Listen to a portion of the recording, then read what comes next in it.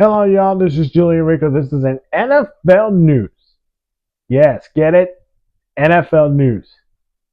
This is not sports news. NFL news, February 24th, 2025. As we're getting closer to the NFL scouting combine, so I'm looking forward to these rising stars. We're entering this year's scouting combine, and plus, the NFL draft is just 2 months away. I'll only bring this up to you guys. I will be doing my mock draft 2.0 after the combine, or maybe while free agency kicks off. So let's get to the news. Let's begin with the biggest news, of course. The New York Giants, Pittsburgh Steelers, Las Vegas Raiders, and the Cleveland Browns are eyeing on Matthew Stafford. What does that mean? Let me break that down for you. Simple as that, right? So, if you did not heard the news a few days ago, I was talking about the Rams will let Stafford seek for permission to look for a trade partner. Well, it's his agent. Here is where I am. Giants, they got the 3 pick. Steelers, 21st. Raiders, 6th pick. Cleveland, 2nd pick. Now, Cleveland, for me, I don't see that happening. I think they're going to go after Kirk Cousins, which makes too much sense. Raiders, I don't give him a shot at Las Vegas. I give the Raiders a shot to go draft a quarterback.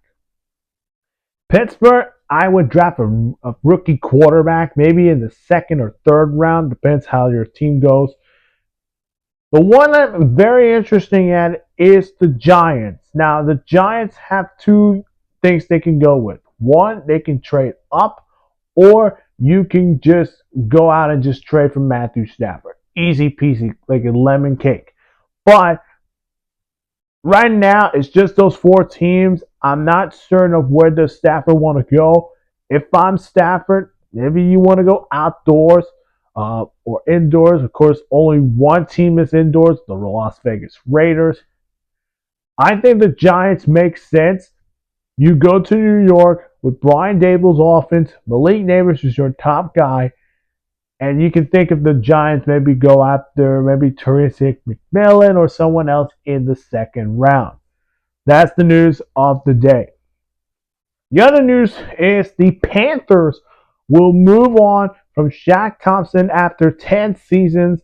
The veteran linebacker will be entering the free agency market. And this is one of those no surprise moves. But for me, this is a surprise because Matthew Stafford, because not only, sorry, I forgot I said Matthew Stafford, but Shaq Thompson spent his 10 seasons in Carolina. Of course, been a star with Thomas Davis and Luke Kuechly. But his last 2 seasons, he's been having these season-ending injuries. So Carolina had to make a move on with Shaq Thompson. And am I sad that this is the end of Shaq Thompson in Carolina? Yes, but he had some injuries during his past 2 seasons. Both of them were season-ending injuries. So we will wish him the best of luck elsewhere. Let's go talk about the combine. Colorado quarterback Shedeur Sanders will not throw at the NFL combine.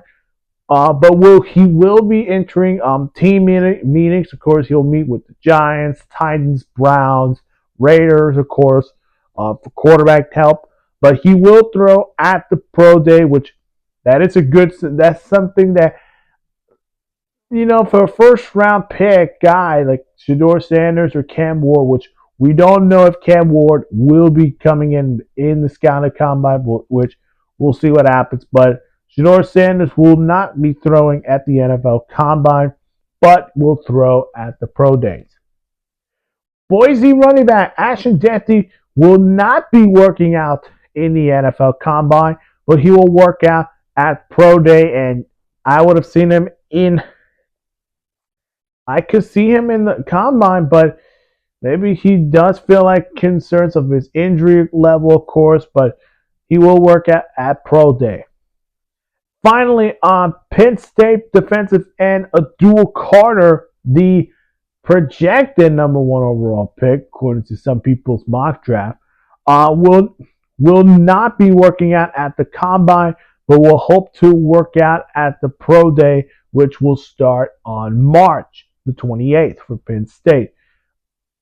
Now, the reason why is he's dealing with a shoulder injury that he's been bothering him since his game against Boise State at the quarterfinals. Makes a lot of sense. He has some injuries, of course, but I think getting that healed up would and pro days in 1 month, yeah, I think he wants to stay healthy and get ready to go.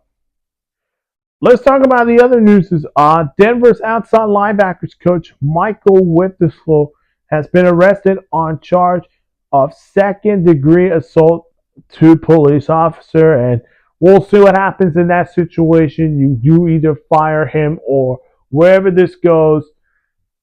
Yeah, situation here. This is an interesting news I'm hearing right now. The Green Bay Packers proposed banning the tush push. Now, earlier today, an unknown NFL team was proposing to ban the tush push. Well, a few hours later, that unidentified team was the Green Bay Packers. Now, Jalen Hurts calls it the quarterback sneak. All of us just call tush push because, yeah, we call it because they push at Jalen Hurts. I think he calls it QB sneak, but we'll see. Does the NFL ban the tush push? We'll see. I'm not going to answer that question. Browns will release starting safety Juan Thornhill after 2 seasons with the Browns. Yeah, trying to get that cap space going to boost that up. Raiders have re-signed Isaiah Palomalu to a 2-year, $8.45 million extension. He had a great career year in 2024, but also he is, of course, I think the Steph brother or one of the family members of Troy Polamalu, so he stays in Las Vegas. One more thing, the Jaguars' new general manager, James Gladstone, was introduced today.